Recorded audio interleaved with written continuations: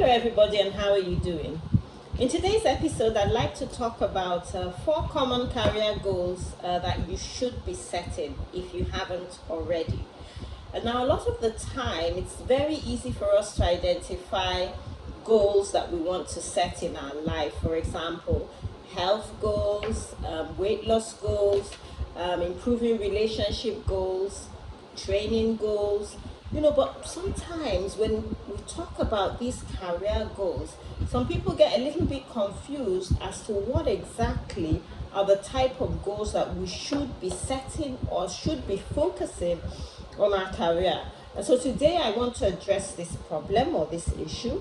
I want to show you 4 types of goals that you should be setting in your career if you haven't already.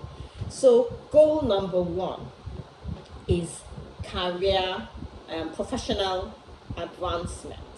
Number 2 is leadership advancement.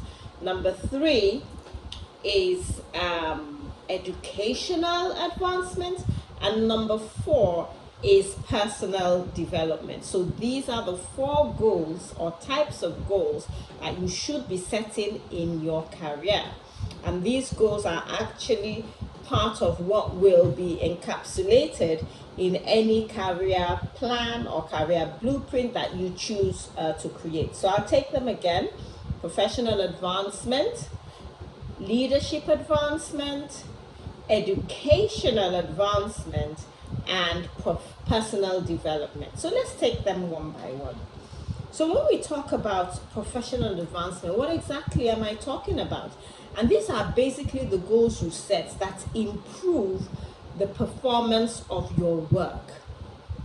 Now recall that everything we're talking about are ways to get you up that career ladder, I like to say, in your heels, to ensure that career growth is a natural progression for you, and you don't have to wait to be discovered or wait to be seen, or you ensure that there is growth, continuous growth in your career.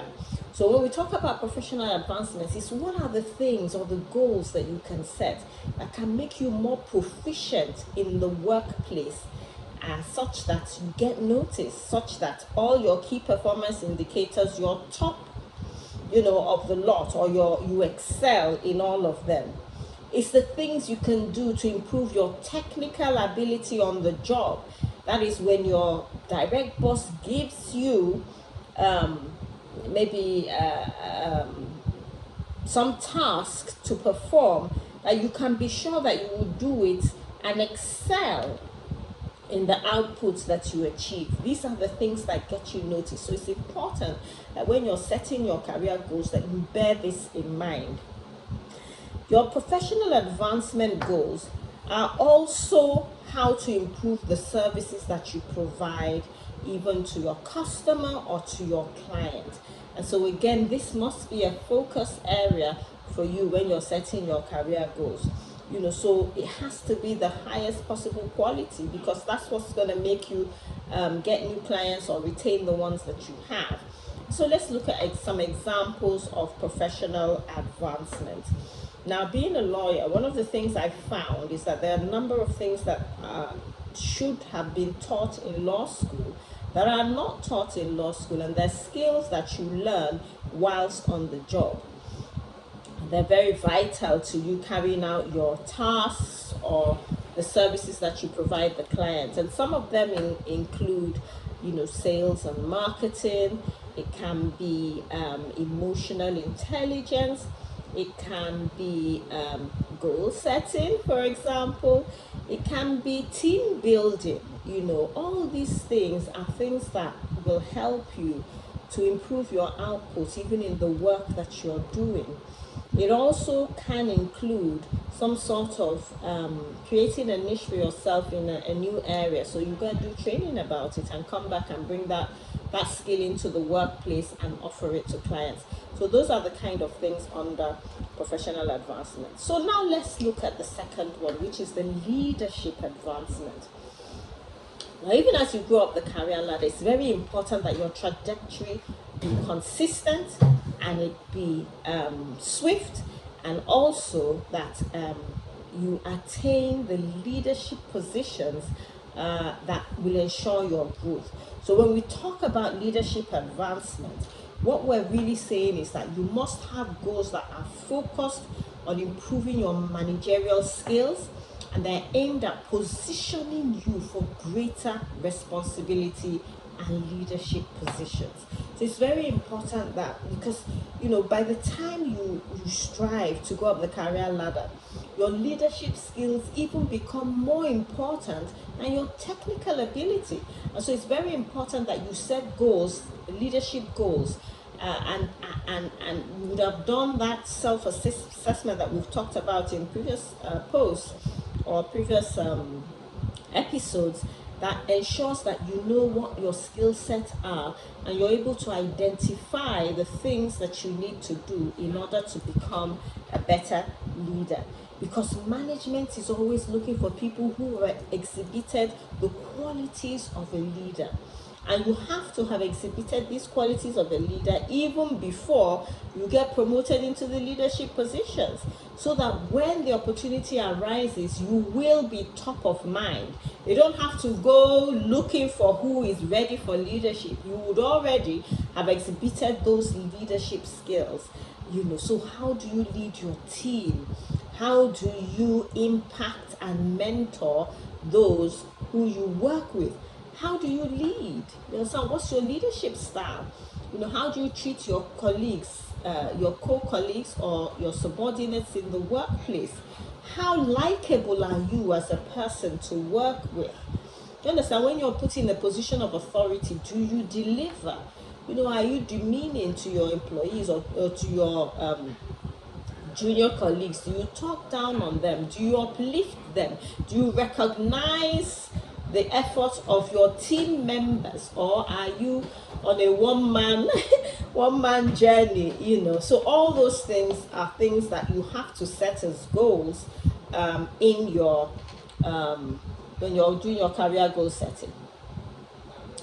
The next one is educational advancement, and no matter how proficient you are in your technical ability and the role that you are performing now, there is always more to learn. So it's very important that you quickly identify areas where you need to train and acquire more knowledge, even in the delivery of your task in the office.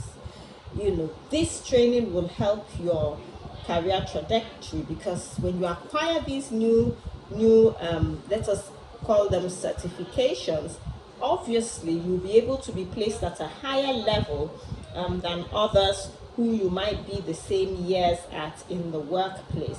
For example, the startup salary, for example, of someone who has a first degree is totally different from someone who has a master's or perhaps who has a PhD. So you must bear this in mind. Are there certifications that you can add to your technical skills right now that can, make you shine, make you visible, make you stand out from the crowd? These are the things you must put inside your career goal setting plan. Now, the last but not the least is personal development. Emphasis here is on self-improvement and skills. So what are the things that you can set as goals that will improve you, both on the job and otherwise? Because research has shown that merely being good at your job alone will not get you up the career ladder. There must be some level of personal development that you do on a regular basis to enhance you and make you more proficient in whatever you put your hand to. This will invariably have a positive effect on your career, but it also shows that you have a wide breadth, that you can discuss intelligently with your customers and your clients, not necessarily about the work that you do, but about other things that might be of interest. Because people do business with those that they know, like, and trust. And how do you get people to like you or to trust you? You find an area of commonality. You find something that shows that you're great at your job, but you're also a human being and you have a personal life. So I think that these 4 things are very vital when you're setting your career goals or creating your career blueprint. I hope that this has been useful, and I'll catch you in the next episode.